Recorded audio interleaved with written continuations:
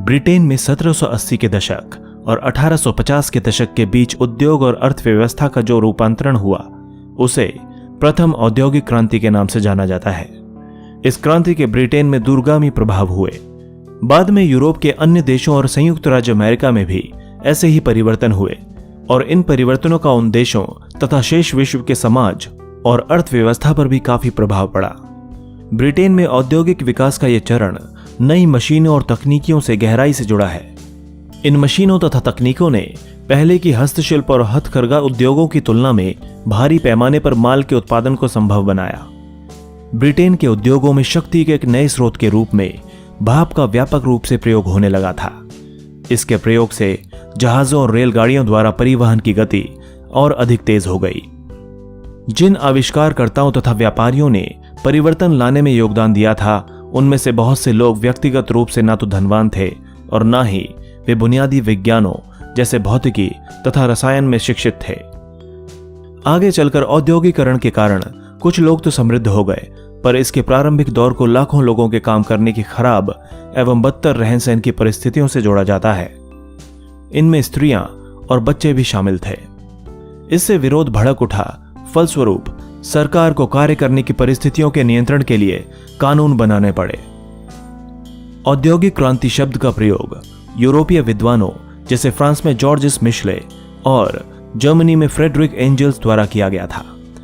अंग्रेजी में इस शब्द का प्रयोग सर्वप्रथम दार्शनिक एवं अर्थशास्त्री आर्नोल्ड टॉयनबी द्वारा उन परिवर्तनों का वर्णन करने के लिए किया गया था जो ब्रिटेन के औद्योगिक विकास में 1760 और 1820 के बीच हुए थे।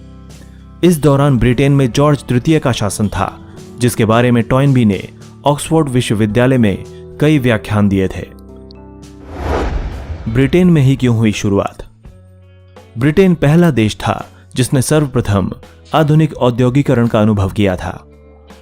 यह 17वीं शताब्दी से ही राजनैतिक दृष्टि से मजबूत एवं संतुलित रहा था और इसके तीनों हिस्सों इंग्लैंड, वेल्स और स्कॉटलैंड पर एक ही राजतंत्र यानी सम्राट का एक छत्र शासन था। इसका अर्थ यह था कि संपूर्ण राज्य में एक ही कानून व्यवस्था, एक ही सिक्का यानी मुद्रा प्रणाली और एक ही बाजार व्यवस्था थी। इस बाजार व्यवस्था में स्थानीय प्राधिकरणों का कोई हस्तक्षेप नहीं था, यानी वे अपने इलाके से होकर गुजरने वाले माल पर कोई कर नहीं लगा सकते थे, जिससे कि उसकी कीमत बढ़ जाती। 17वीं शताब्दी के अंत तक आते आते मुद्रा का प्रयोग विनिमय यानी आदान प्रदान के माध्यम के रूप में व्यापक रूप से होने लगा था। तब तक बहुत से लोग अपनी कमाई वस्तुओं की बजाय मजदूरी और वेतन के रूप में पाने लगे। 18वीं शताब्दी में इंग्लैंड एक बड़े आर्थिक परिवर्तन के दौर से गुजरा था, जिसे बाद में कृषि क्रांति कहा गया। यह एक ऐसी प्रक्रिया थी जिसके द्वारा बड़े जमींदारों ने अपनी ही संपत्तियों के आसपास छोटे छोटे खेत यानी फार्म्स खरीद लिए और गांव की सार्वजनिक जमीनों को घेर लिया। इस प्रकार उन्होंने अपनी बड़ी बड़ी भू संपदाएं बना ली, जिससे खाद्य उत्पादन की वृद्धि हुई। इससे भूमिहीन किसानों और गांव की सार्वजनिक जमीनों पर अपने पशु चराने वाले चरवाहों एवं पशुपालकों को कहीं और काम धंधा तलाशने के लिए मजबूर होना पड़ा।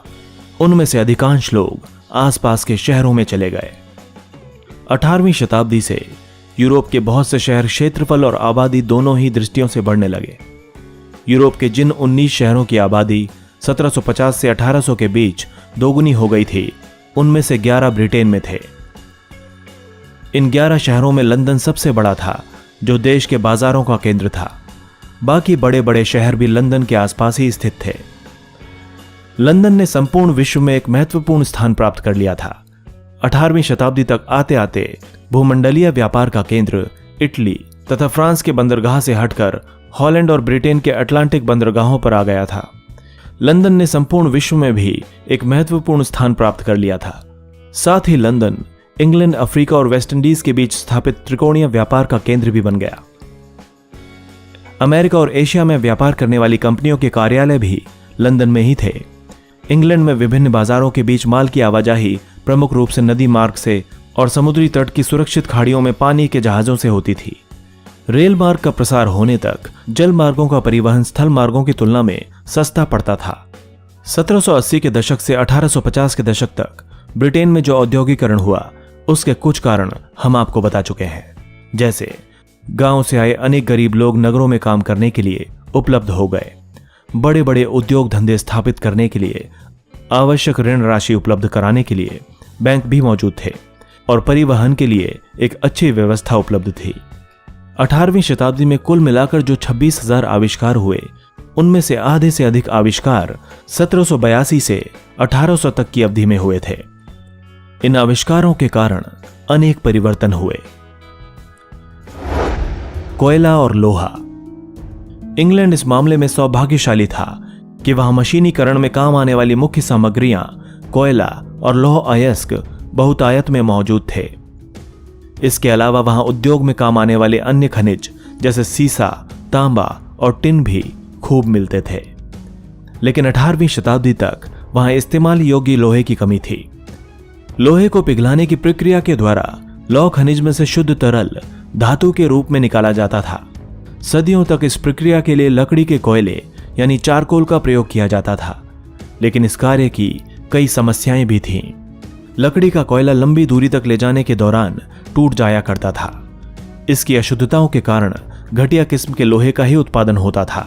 यह पर्याप्त मात्रा में भी उपलब्ध नहीं था, क्योंकि लकड़ी के लिए जंगल काट लिए गए थे और ये उच्च तापमान पैदा नहीं कर सकता था। इस समस्या का कई वर्षों से हल ढूंढा जा रहा था।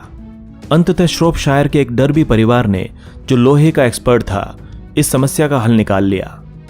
आधी शताब्दी के दौरान इस परिवार की 3 पीढ़ियों ने धातु कर्म उद्योग में क्रांति ला दी थी। इस क्रांति का प्रारंभ 1709 में प्रथम अब्राहम डर्बी द्वारा किए गए आविष्कार से हुआ। यह धमन भट्टी यानी ब्लास्ट फ्यूरेंस का आविष्कार था, जिसमें सर्वप्रथम कोक का इस्तेमाल किया गया था। कोक में उच्च ताप उत्पन्न करने की शक्ति थी और वह पत्थर के कोयले से गंध तथा अपद्रव्य निकालकर तैयार किया जाता था। इस आविष्कार के बाद भट्टियों और लकड़ी के कोयले पर निर्भर नहीं रहना पड़ा। इन भट्टियों से जो पिघला हुआ लोहा निकलता था, उससे पहले की अपेक्षा अधिक बढ़िया और लंबी ढलाई की जा सकती थी। इसके बाद ब्रिटेन के लौह उद्योग ने 1800 से 1830 के दौरान अपने उत्पादन को 4 गुना बढ़ा लिया और उसका उत्पादन पूरे यूरोप में सबसे सस्ता था। 1820 में 1 टन ढलवा लोहा बनाने के लिए 8 टन कोयले की जरूरत होती थी, लेकिन 1850 तक आते आते यह मात्रा घट गई और केवल 2 टन कोयले से ही 1 टन ढलवा लोहा बनाया जाने लगा। 1848 तक यह स्थिति आ गई कि ब्रिटेन द्वारा पिघलाए जाने वाले लोहे की मात्रा बाकी सारी दुनिया द्वारा कुल मिलाकर पिघलाए जाने वाले लोहे से अधिक थी। कपास की कताई और बुनाई। ब्रिटिश हमेशा ऊन और सन से कपड़ा बुना करते थे। 17वीं शताब्दी से ही इंग्लैंड भारत से बड़ी लागत पर सूती कपड़ों की गांठों का आयात करता रहता था। लेकिन जब भारत के हिस्सों पर ईस्ट इंडिया कंपनी का राजनीतिक नियंत्रण स्थापित हो गया, तब इंग्लैंड ने कपड़े के साथ साथ कपास यानी रुई का भी आयात करना शुरू कर दिया, जिसकी इंग्लैंड में आने के बाद कताई की जाती थी और उससे कपड़ा बुना जाता था। बुनाई के काम को और अधिक कुशलतापूर्वक करने के लिए उत्पादन का काम धीरे धीरे कताईगरों और बुनकरों के घरों से हटकर फैक्ट्रियों यानी कारखानों में चला गया। 1780 के दशक से कपास उद्योग कई रूपों में ब्रिटिश औद्योगिकरण का प्रतीक बन गया। इस उद्योग की 2 प्रमुख विशेषताएं थीं, जो अन्य उद्योगों में भी दिखाई देती थीं। कच्चे माल के रूप में आवश्यक कपास संपूर्ण रूप से आयात करना पड़ता था और जब उससे कपड़ा तैयार हो जाता था तो उसका अधिकांश भाग बाहर निर्यात के लिए भेजा जाता था। इस संपूर्ण प्रक्रिया के लिए इंग्लैंड के पास अपने उपनिवेश होना जरूरी था, जिससे कि इन उपनिवेशों से कच्ची कपास भरपूर मात्रा में मंगाई जा सके और फिर इंग्लैंड में उससे कपड़ा बनाकर उन्हीं उपनिवेशों के बाजारों में बेची जा सके। ये उद्योग मुख्य रूप से कारखानों में काम करने वाली स्त्रियों तथा बच्चों पर बहुत ज्यादा निर्भर था। इससे औद्योगिकरण के प्रारंभिक काल की घिनौनी तस्वीर सामने आती है। भाप की शक्ति। प्रारंभ में जब यह पता चल गया कि भाप अत्यधिक शक्ति उत्पन्न कर सकता है, तो ये बड़े पैमाने पर औद्योगिकरण के लिए निर्णायक सिद्ध हुआ। भाप की शक्ति का इस्तेमाल सर्वप्रथम खनन उद्योगों में किया गया। जब कोयले और धातुओं की मांग बढ़ी, तो उन्हें और भी अधिक गहरी खानों में से निकालने के प्रयासों में तेजी आई। उस समय खानों में अचानक पानी भर जाना भी एक गंभीर समस्या थी। थॉमस सेवरी ने खानों से पानी बाहर निकालने के लिए 1698 में माइनस फ्रेंड नामक एक भाप के इंजन का मॉडल बनाया। भाप का एक और इंजन 1712 में थॉमस न्यूकॉमन द्वारा बनाया गया। इसमें सबसे बड़ी कमी यह थी कि कंडेंसिंग सिलेंडर के लगातार ठंडा होते रहने से इसकी ऊर्जा खत्म होती रहती थी। भाप के इंजन का इस्तेमाल 1769 तक केवल कोयले की खानों में ही होता रहा। लेकिन जेम्स वॉट ने इसका एक और प्रयोग खोज निकाला। वॉट ने एक ऐसी मशीन विकसित की जिससे भाप का इंजन केवल एक साधारण पंप की बजाय एक प्राइमर मूवर यानी प्रमुख चालक के रूप में काम देने लगा, जिससे कारखानों में शक्ति चालित मशीनों को ऊर्जा मिलने लगी। इसी इंजन की मदद से आगे चलकर रेलगाड़ियों का विकास हुआ और कच्चे माल को एक स्थान से दूसरे स्थान तक ले जाने में काफी आसानी हो गई।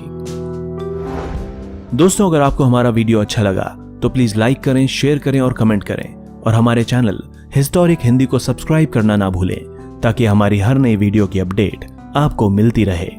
धन्यवाद।